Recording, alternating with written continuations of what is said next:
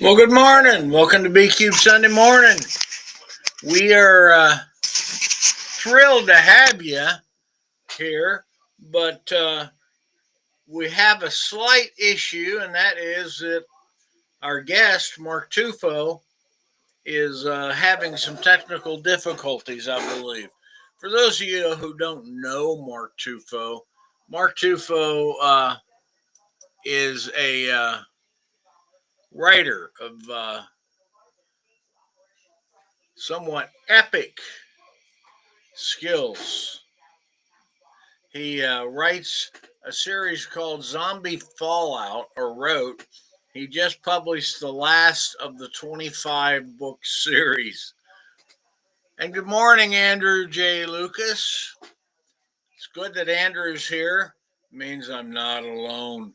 Because Andrew's got a story in our upcoming anthology that I've been plowing through um, to get done, and that is Scott's Planet.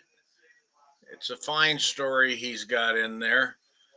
And anyway, back to Mark Tufo. The He is, I mean, as a writer, and I'm going to. I'm never alone. Yes, that's an interesting point, Mark. Alan. And so I am going to work with the presumption that Mark is going to make it in pretty quick, and because I will tell you, as a writer, the first book we I ever got published was one I'd worked on with Phyllis Irene Radford, and it was called The Lost Enforcer. And during the editing process, we had a wonderful editor by the name of Sue Bolish. She kind of pointed out to me, says, "Bob, you don't spend a lot of time in your character's head, which means that you've given yourself an unfortunate distance between the reader and the book, because it's just a fact of life that if you're really going to make it work, you need to get inside that fella's head." So Mark Tufo, in writing his books, now if anybody here is familiar with him, feel free to chime in. The He is Mark Tufo. His main character is Mike Talbot. Mike is a former Marine. I can tell you, I have scars to tell you why you don't call a Marine an ex-Marine, but I will say they have better ones. Um, the and So this is the story of him waking up one morning, getting ready to hop into the shower. Good morning, Gina. And hearing his wife scream, running downstairs in his towel wrapped around himself, and looking out his peephole and seeing a tongue licking his peephole, and then looking out into the street and seeing people chasing down other people and eating them.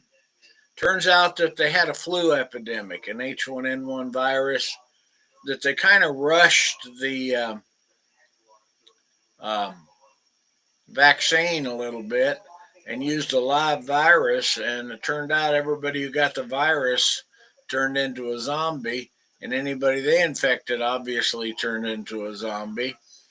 And 25 books later, he's just posted or just published the final book in the series. But he lives in Maine, and so God knows. I mean, Maine is where internet goes to die, I think. Um, so I have no idea what's going on with him. But good morning, Gordon. Gordon also is in our upcoming masterpiece. Uh, I like to call it a masterpiece, but it's the Scott's Planet. So it's now Scott's Planet. You guys are gonna maybe like it, maybe not. If you like big scary dinosaur stories where the yeah the good guys are always on the run from the dinosaur murdering machines. Um, I'm hoping it's a trilogy. It was planned to be a trilogy, um, but I'm gonna have to. I'll warn you there, Andrew. I'm gonna have to sell more than 39 copies for it to be a trilogy. Uh, and so Gordon wrote us a good story about a. I believe your story was about a Scotsman um, up there. But anyway, they're all good stories. Now the kicker is this world is in a development towards the in the Carboniferous period, meaning some things you might be used to. I mean, we've all seen the old dinosaur movies where there's trees and everything. Well, some of those things didn't come along. Yes, they are nice suspenders. I like them. Of course, I love my suspenders. Long before I am somewhat oftentimes, not only am I easily distracted, but I'm not always aware of things.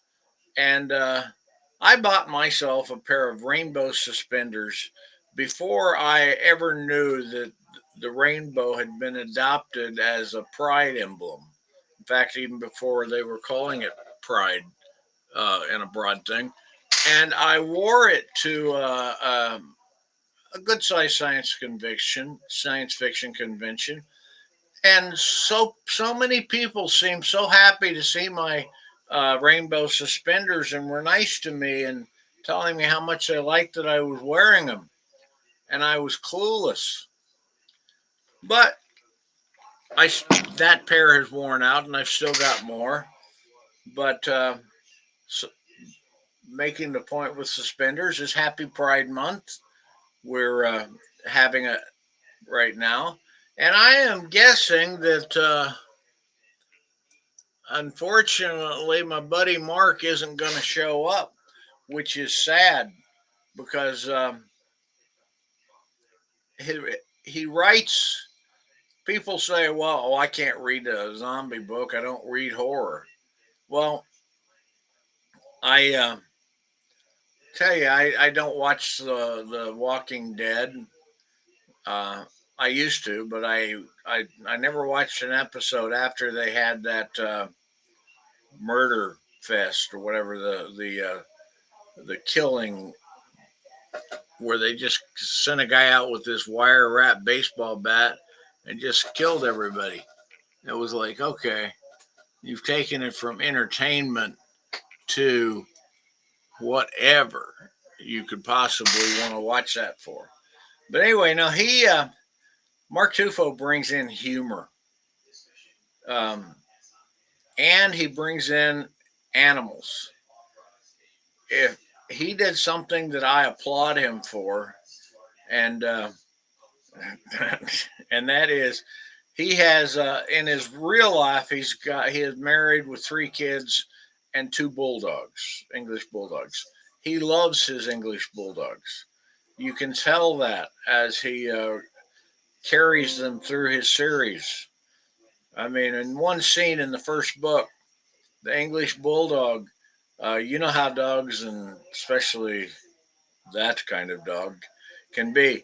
They will go and uh, hide. If you're trying to get a hold of a dog, catch a dog, wow, they'll crawl under a coffee table. They'll get in the back of a closet, whatever they will do.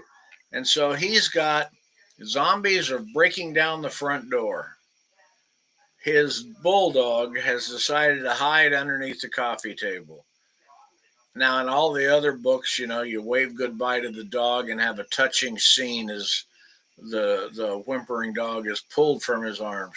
No, in this case, he gets down there, he throws that coffee table aside, grabs that bulldog, and uses all of his running back moves from high school to try and get the bulldog up the stairs where he's going to be presumably safe from the zombies.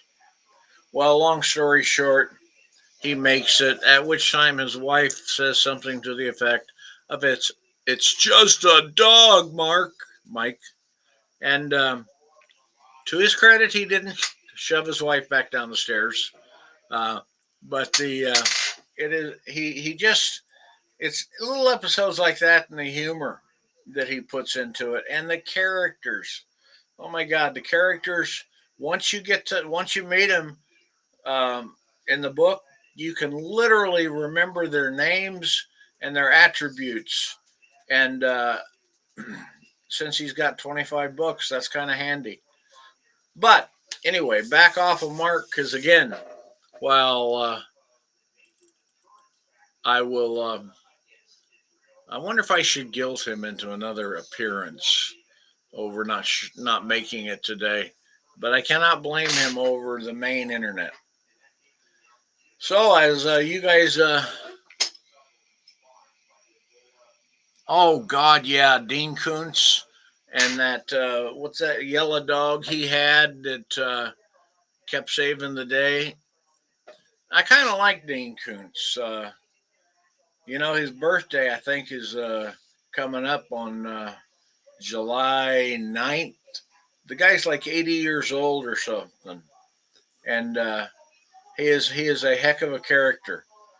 But and he writes pretty good stuff. The So you gotta love it. But when Dean Koontz writes horror, he actually does write horror, and it is scary. Um, oh, Cheryl, I'm sure he has a great reason, and but you see, until you know the reason, we can speculate. He wrote his Indian Hill series, I think a 7-book series where space aliens invade Earth. Uh, well, it could be that they've invaded Earth again, and they've gone to Maine. Oh, and by the way, it's just iced tea. It is not whiskey. Of course, you know what? I think when Stephen Colbert drinks whiskey on air, it's not iced tea.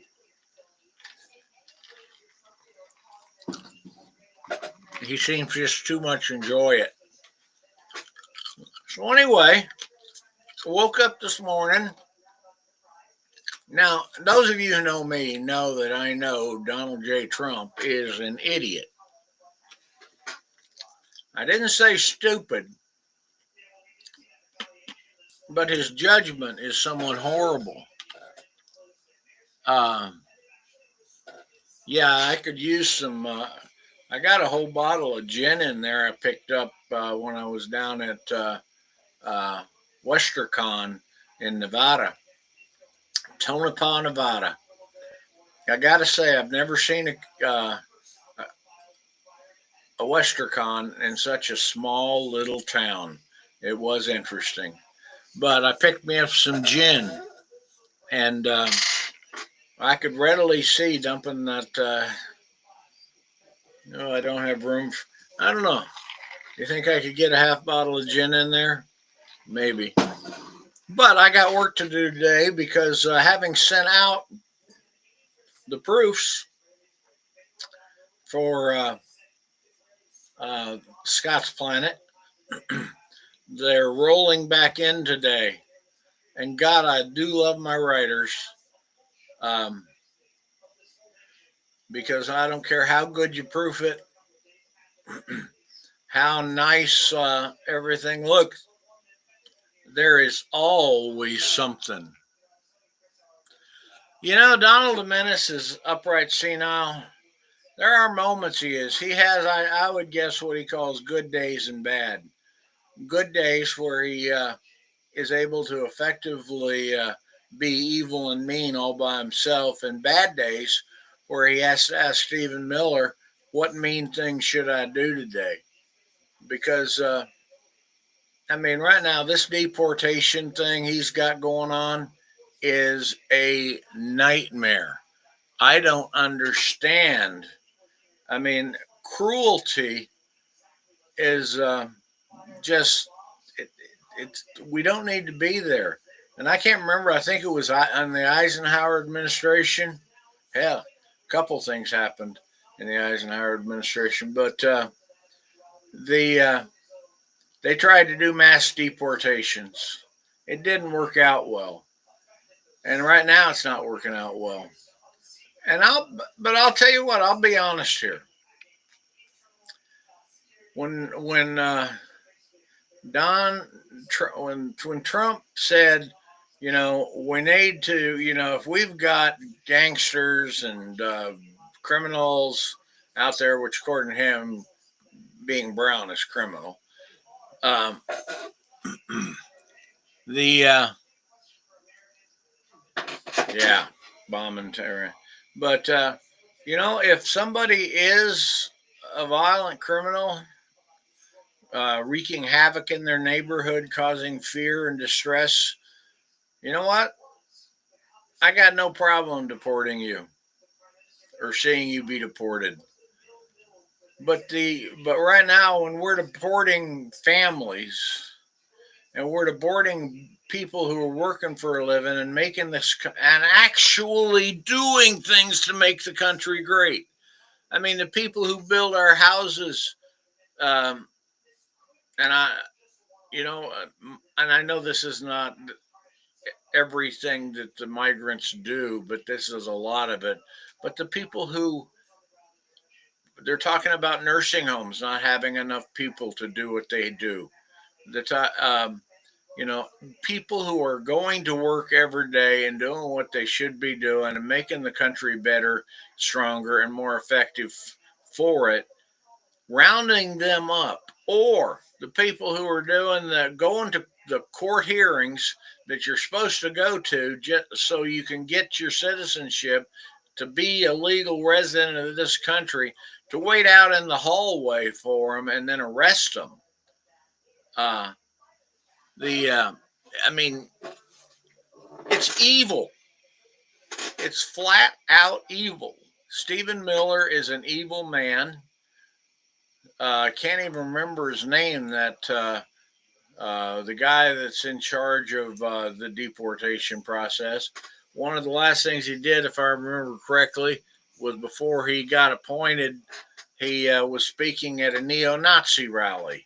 I mean, these are not American values that we're dealing with here. These people in power do not share our American values. They are cruel, indifferent people, and the only thing they want is more power and more money.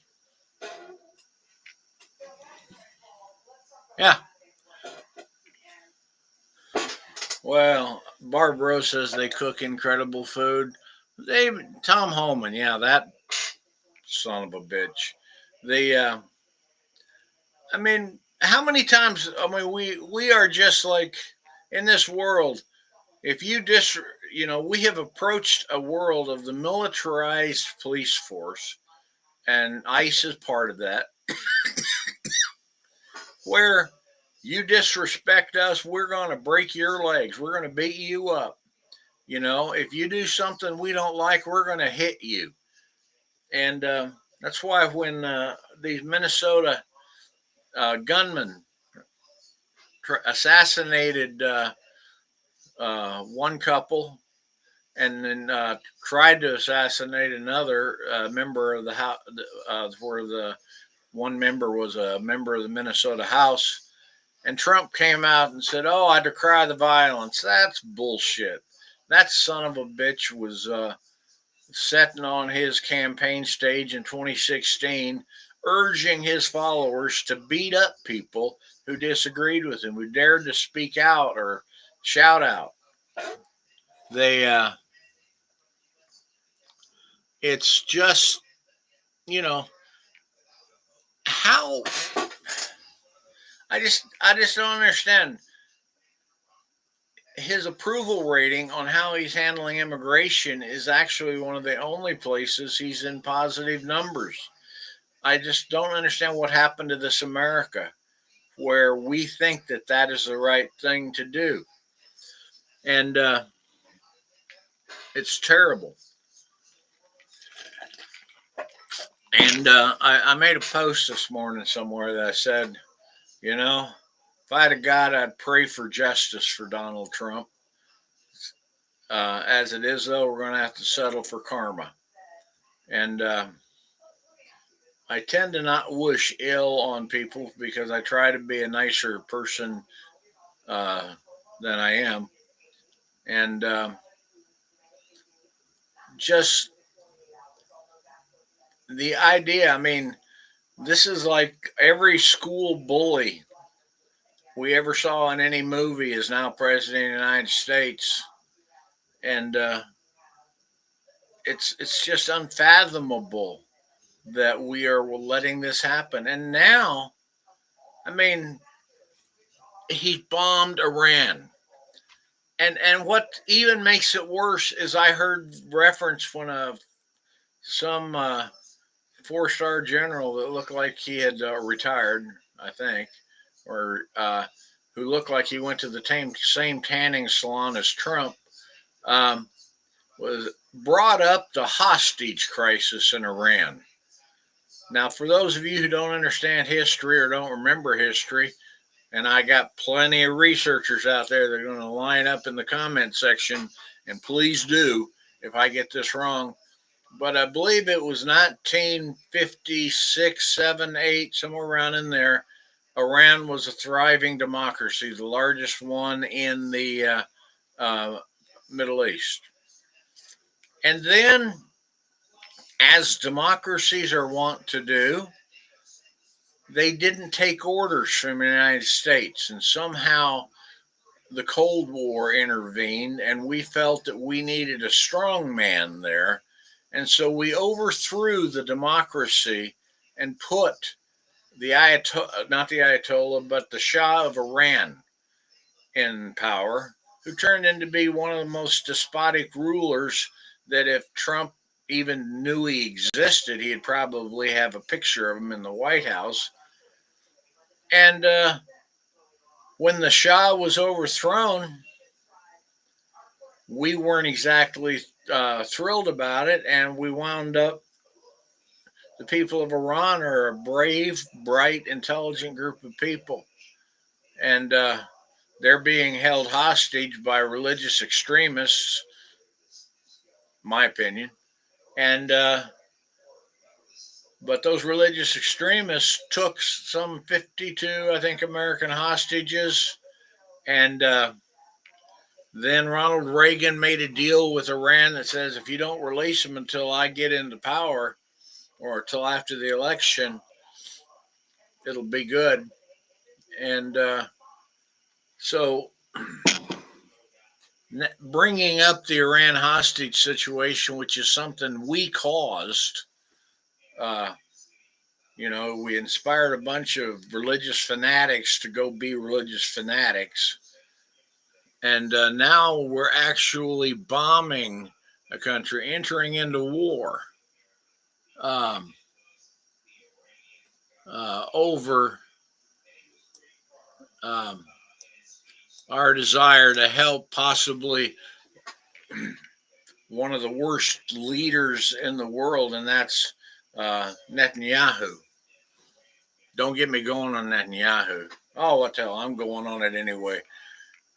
Back when Israel did a strike on Iran a while back, and Iran retaliated by sending in missiles, and we used I think it's Patriot. I don't know.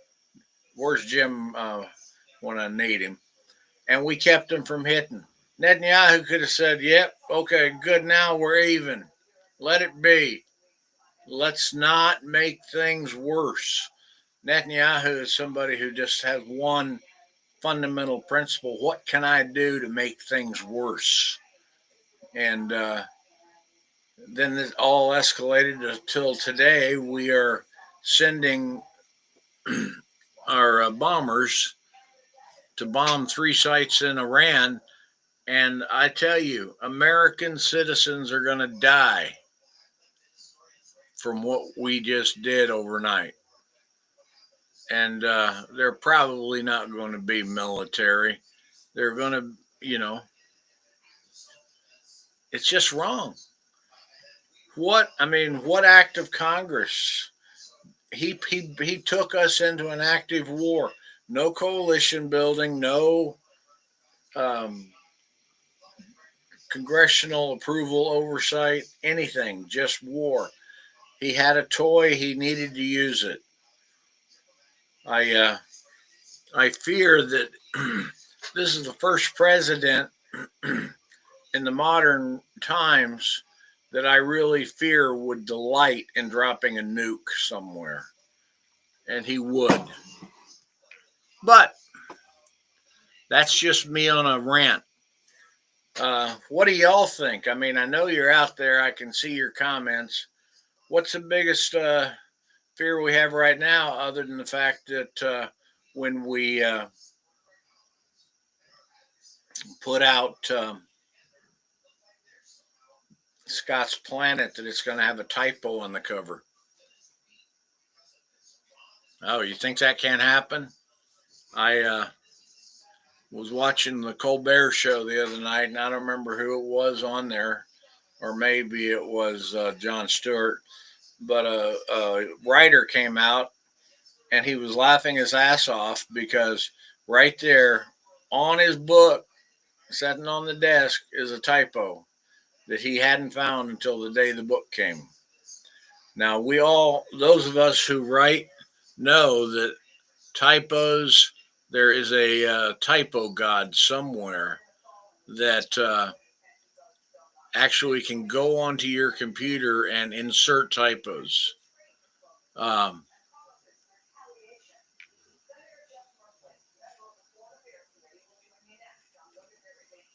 you sure it wasn't the Shah? Of course, Alan, you do research pretty good. And the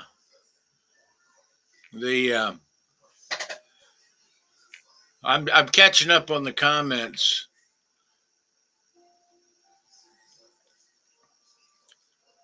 And I'm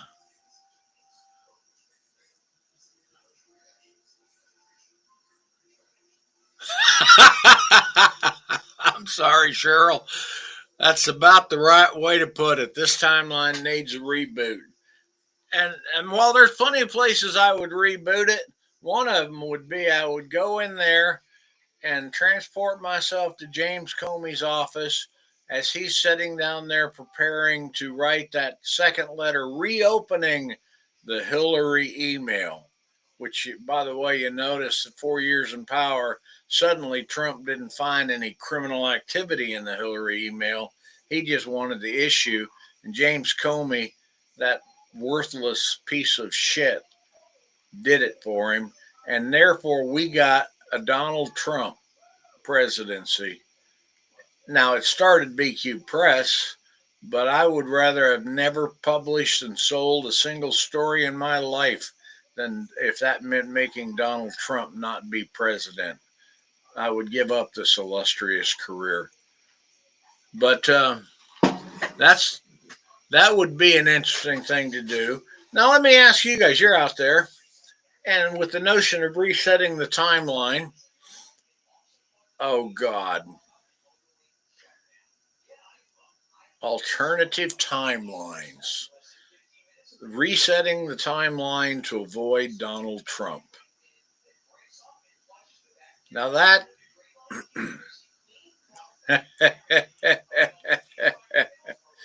that's that would be worthy of. I'll bet you if we did that, we could get 4 Sideways nominations out of it. And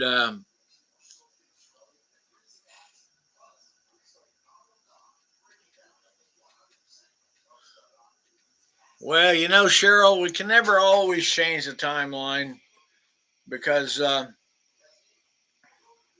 There's a point where you have to have an anchor so your timeline that you go forward with, literarily speaking, is sufficiently similar to an existing timeline that you can detect and manage the differences. Because, contrary to popular belief, all evil in the world did not generate in Europe. Uh,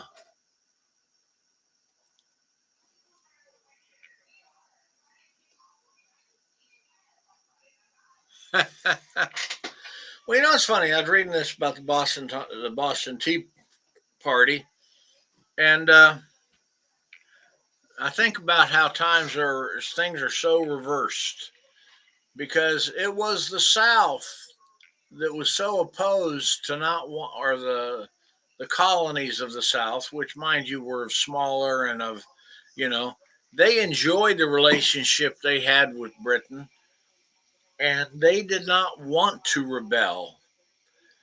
The people who wanted to rebel were the richer people, the merchants.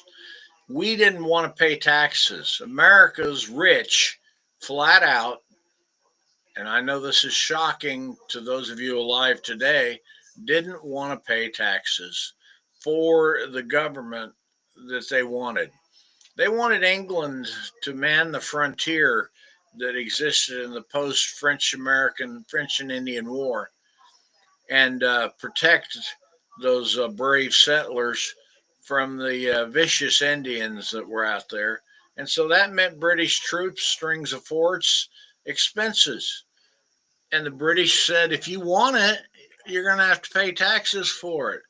And they said, oh no, we don't want to pay no taxes.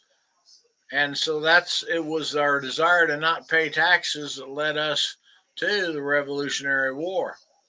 And once again, as we are entering into the twilight years of America, we've gone in a generation from the rich recognizing that either they reinvested their profits from a business back into the business, or i.e., salaries, etc., or they paid a super high tax rate.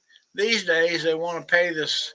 They want a super low tax rate and be able to take that money that they're getting off of the backs of the workers and go party.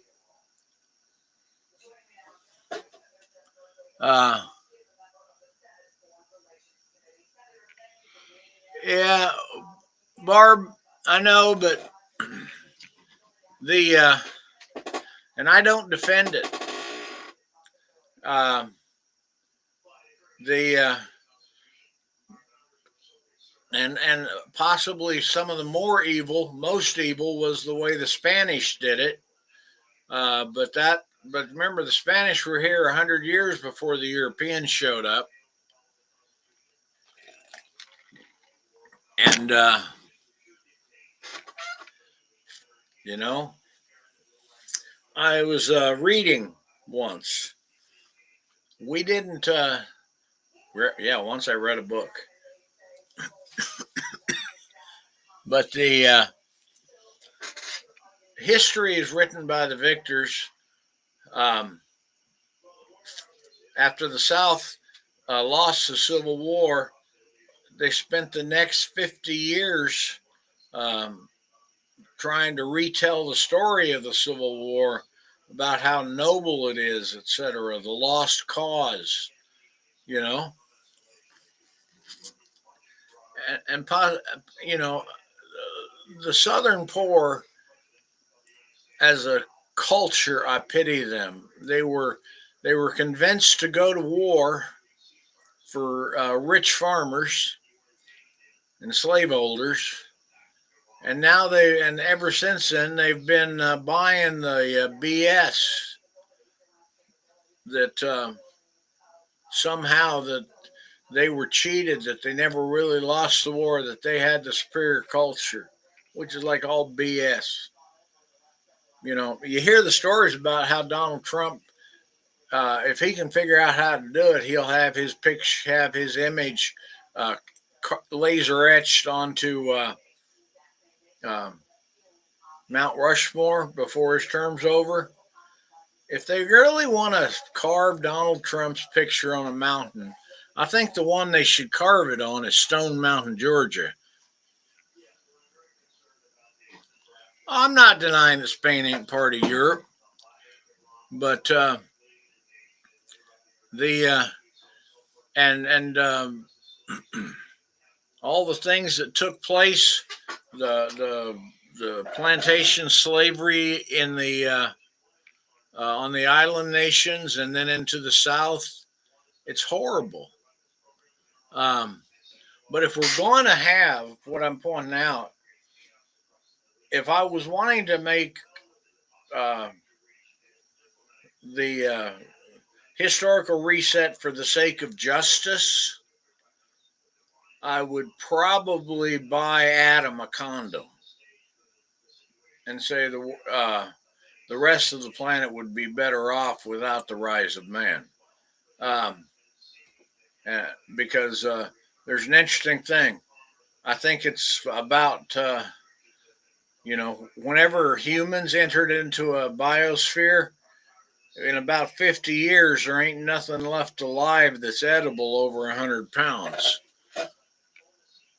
Um, and so mankind is not the greatest friend Earth ever had. So, anyway, but back to the concept of saying what kind of pinch points or what kind of resets could we use to have prevented the last, call it, um, I'll take it back to Ronald Reagan because you remember his announcement of his dog whistles to the racial, the white racists, white nationalists, back when he announced his candidacy right down there where they murdered the civil rights workers. So, what kind of things could be pinch points? One might even be the Citizens United. Without Citizens United, Trump would not be president today. That's a given.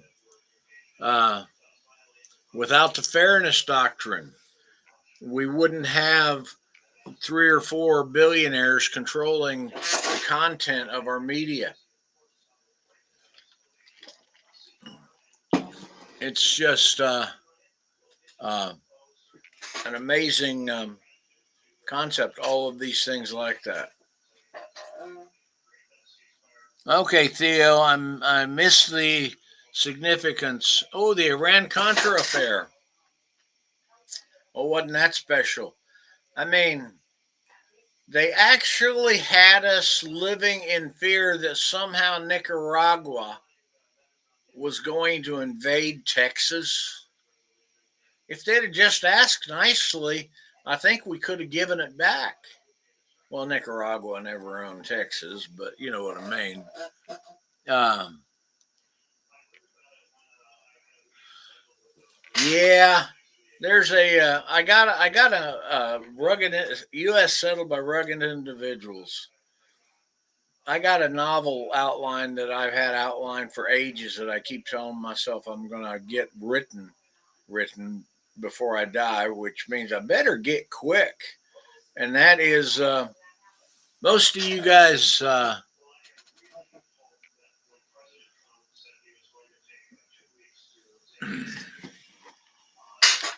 What if we had actually punished the leaders of the Confederacy after the Civil War? Here's a question for you. If you take all the people in the Nuremberg trials that got sent to prison, how many of them were still in prison by 1962?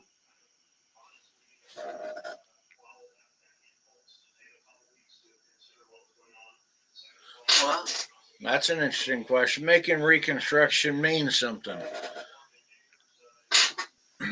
Conquering a country, defeating a country's armies, and occupying it are two different things. one of the things that when we defeated the South's armies in the Civil War, we were never capable of making the county, and I'll take it down to county level, the county level officials um, follow the law. When we had set up a system to allow we talk about the accumulation of wealth as one of the reasons why the white people, uh, you want to smack people like, well, who look like me, when they say if those black people just worked harder, they could be successful too. Well, except for the fact that we had an extra 300 years for our ancestors to start accumulating wealth. And when all the wealth that was up to be accumulated during the settling of the West and recovery in the South, they denied African Americans a place in that. There are so many places they were not allowed to participate in possibly the greatest transfer of wealth ever took place, and that is the settling of the American West or the reclaiming of lands in the South. Um, County officials would refuse to follow the law and allow black people to register for the lands that they had worked and farmed. Um, yeah, pull yourself up by your bootstraps. Yeah, best a good generational wealth. That's it. Uh, there's a Senator Tester used to be in Montana. Now he's a good guy. He's got honest ideas, and I think he's decent. But he's a rich man, and he's rich because he owns land, lots of land. And where'd that land come from? The original core of it came from the Homesteading Act, where his people went and got the land that African Americans weren't eligible for, American Indians weren't eligible for, Mexican Americans weren't eligible for. And so, oh, gee, you too could be a a good American citizen pulling yourself up by your bootstraps, except we cut the bootstraps off of your boots and put them over here on this guy's boots so he had an extra pair if he needed them. Yeah, but I'm you just get me on a rant. Very seldom do I get on and rant just for the heck of it because I'm thank you, Mark Tufo, for giving me this opportunity. Uh, the Yeah, early ranches were paid for by the Britons, but we just you know, and slavery. The role of slavery in all of this is just the who's here ever heard that notion that slavery wasn't the cause of the Civil War? It was states' rights. Yeah, it was a state's right to own for your people, some of your people to own other people. Um, the If you look at the Declaration of Independence, well, we had articles of secession in the South, and guess what? Almost every one of those articles of secession listed the threat to the unique and peculiar institution of slavery. This is, um, it's just the right wing conservatives. They lie so effectively, so often. I mean, they make their lies bold, they repeat them often, and they lace them with believability so that when people swallow them, they don't realize it's believing that big lie that's ruining your life. It's believing what the big lie is about is ruining your life. Um, oh yeah, we got to have somebody to look down on. That's been a common theme. Um, the There's a that notion that I just don't get it. I wish we had. I mean, the country we live in, the world we live in, has the ability to be a culture of plenty, where there's enough for everybody. You know, if we would just not take it all for the few. I mean, when the five richest people in the world have more resources than the bottom 40% of the people in the world, you know, and I know Bernie Sanders is out there somewhere and going to tell me I misquoted it, but it's the principle there. Accumulation of wealth and power for the sake of wealth and power is bad. And what's really funny is that it's not anybody. I mean, power corrupts, and absolute power corrupts absolutely. Anybody that doesn't believe that, uh, I will say you need to go back and think a little bit. Money hoarders, yes. I mean, how much money? If I put Elon Musk on the street and said, "Go cover all the needs you have to live in a luxury world that would make John Astor blush," he'd say, "Well, what do you want me to do with my other 372 billion?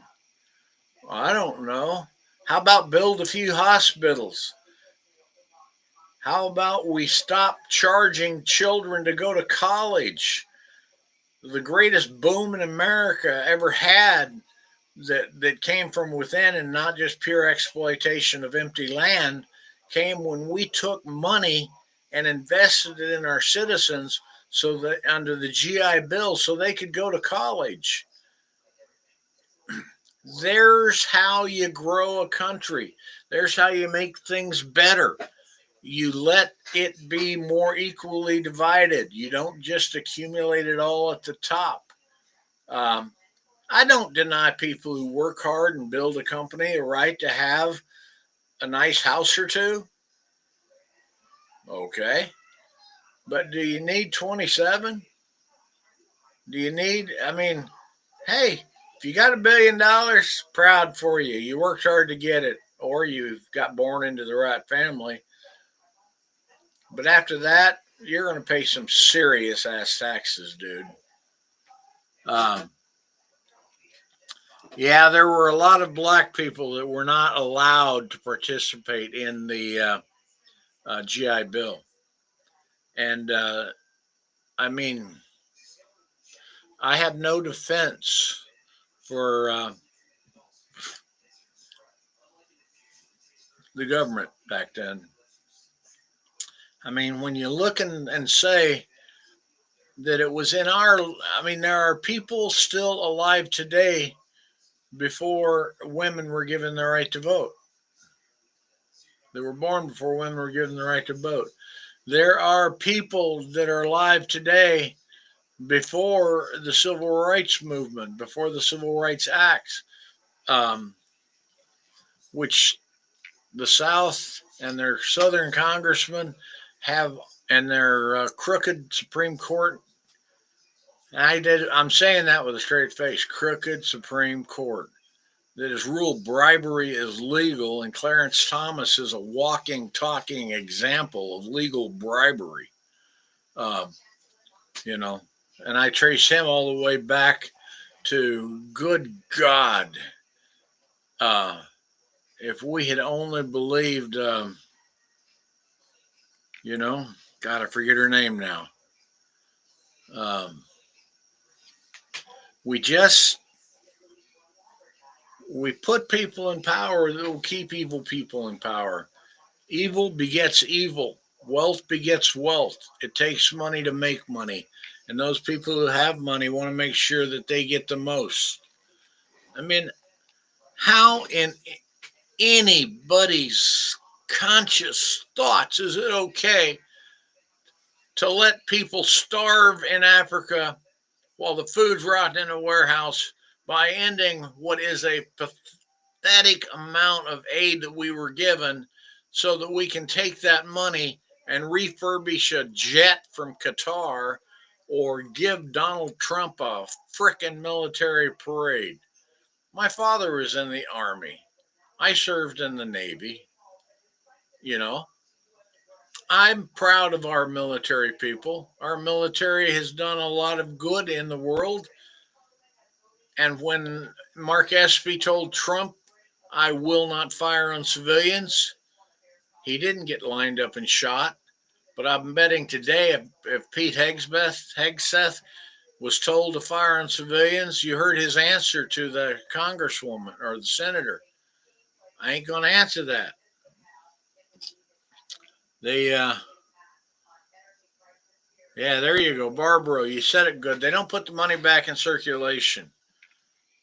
You know, they pretend to, but they don't. And I watch all this BS with Trump. You know, hey, we don't want to pay. We don't want to. We want our bill to take away over taxing overtime pay. Well, go do a search sometime and find out what craft that belongs to a union gets some of the most overtime money. I think you'll find out a lot of them wear badges. Okay, he he's treating people like idiots, like throwing them a few crumbs. But all the tax money you're saving by not paying it on your overtime, you're spending paying for health care, where we are spending 3 trillion more on our current health care than it would cost us to just have Medicare for all. But they don't want Medicare because it's got a way of controlling profit, limiting profit. Remember when I was a kid, there were county hospitals. Who's got a county hospital today? No. What we have is Providence, for profit health care. And when I say for profit, they mean profit in a big way. Um, yeah. Hegs, I know one thing. Christy Nome would have no more hesitancy in putting a gun to an American citizen's head and pulling the trigger than she did her dog. Because to her, that's all we are. If we are not part of her support structure, we are dogs, and we Anita Hill. Thank you. Yeah, Nixon. What is it, Nick? Nixon is an interesting character, flawed beyond belief, and hanging in the White House wall in Trump's first term was a letter from Nixon to Trump telling him what a good president Nixon thought he would make. You know, even Nixon is probably turning over in his grave. And, you know, you got to love it. But, guys, and smelly goats. Oh, God, yeah. You got a billy goat and you're amazed that it smells. God's sake, lady, you live in North Dakota. Do you have not any idea what rural life is like? Chickens are filthy animals and they shit everywhere. Okay? Goats will pee on themselves. Dogs will not always do everything you want them to do. But you don't just go out and shoot them for that. Well, if the goat, maybe you barbecue it. Because growing up, one of my favorite meals at the Hooker family reunion every year was barbecued goat.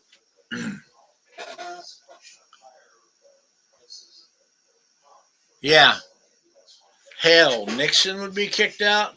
Ronald Reagan would have his speech on the importance of migrants as role in building America. He would have that played in a campaign ad, and he'd be drummed out of the party by on ad campaigns dreamed up by Stephen frickin' Miller. You know, I swear, watching um, the ignorance of some of the people in the decision making power. How many people watching that discussion with Sean Hannity and no, not Sean Hannity, the other little person who was talking to Ted Cruz. Ted Cruz calling for the overthrow of Iran, regime change, and didn't even know how big the country was, what the ethnic makeup was, what the consequences are. You know, um, for the first time in my life, I actually thought something nice about that fella. So,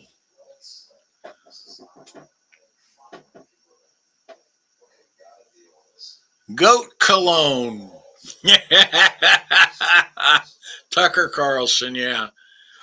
The and going back to Mark Tufo, I am so sorry he didn't make it in today, but he his character has such a fetish, cleanliness fetish,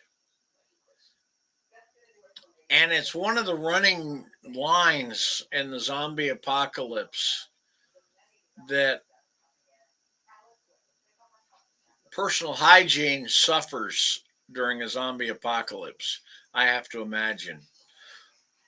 But now, mind you, I did make the announcement that we are going to do Alternative Liberties, the second book. Now, there's nothing said I couldn't make it a pinch point where, or where we say what kind of resets would be necessary to have not gone here. But I think if I do that, it'd be a different one. But I will say that if I do it, I'm going to want a harder hitting book. I'm going to want one that just flat comes in and makes it tough. You know, that willing to be overtly. We were pretty soft on the last one. We weren't really going in with our knives out and claws sharpened.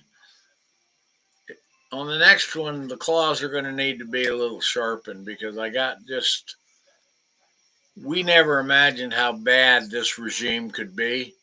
On the first book, I think it was Karen G. Anderson said, I didn't realize I was writing prophecy. And by the way, Karen G. Anderson put out a new book, um, Patty 209, that I would encourage you all to go buy and read. It's a great book. Yeah, Donnie Two Dolls. Oh, Donnie Two Dolls is pissed at anybody. Okay, time to call it what it is. It is a coup.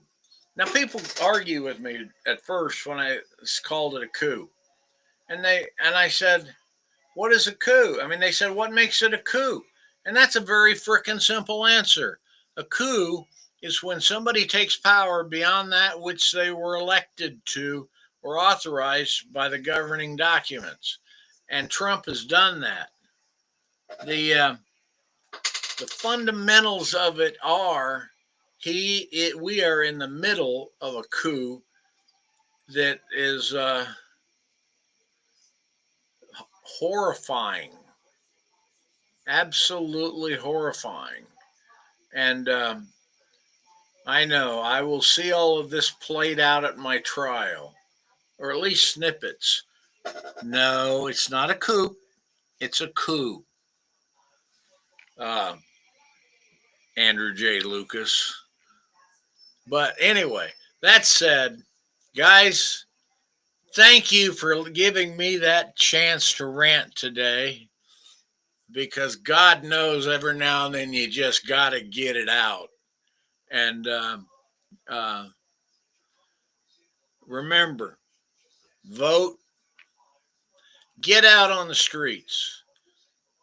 3.4% of the American population, I think, over 5 million people. got out and protested. And oh, a mother minor note. You realize that the American Park Service used to be tasked with how saying how big crowds were in Washington D.C. They got sued, oddly enough, by the Million Man March, uh, and so they suspended doing it, which means now Trump can go out there and claim he had 250,000 people when he'd been doing good to break 40,000 people at his birthday parade. And by the way, I'm allowed to say this word once per show. Fuck Trump and his parade. Um, and you guys be good. And all the way, by the way, volume two, I am committed to getting two books out first.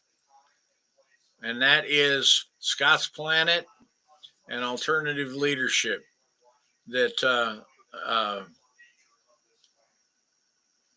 because the writers, as I sent a note out to the Scott's Planet writers, over the time since we started that book, I put them through hell. Oh, and by the way, um, speaking of uh, Scott's Planet, I told you when I wrote that original story for Scott's Planet, I was in my very first sale as a writer. I was in a book with Harry Turtledove. Harry Turtledove, when he after getting the page proofs, sent me an email, gave me a 2-word review that I keep to this day. Nice story. Now, and I think Laura is coming on in the next month or in July, so it'll be a full circle. And I had to send Harry a note that says, "Hey, uh, oh Lord, the um, I had to send him a note and ask him if I can use that review on the book for a back cover blurb. That would be fun." But anyway, you all take care. Jim and David are up next month, and for all of those who are enjoying MissCon, it is a great convention. I'm glad you made it and enjoy yourself. That's where Karen is today, Karen and Tom. And remember, WorldCon is coming up. I'm going to be there, hopefully with a couple of new books. And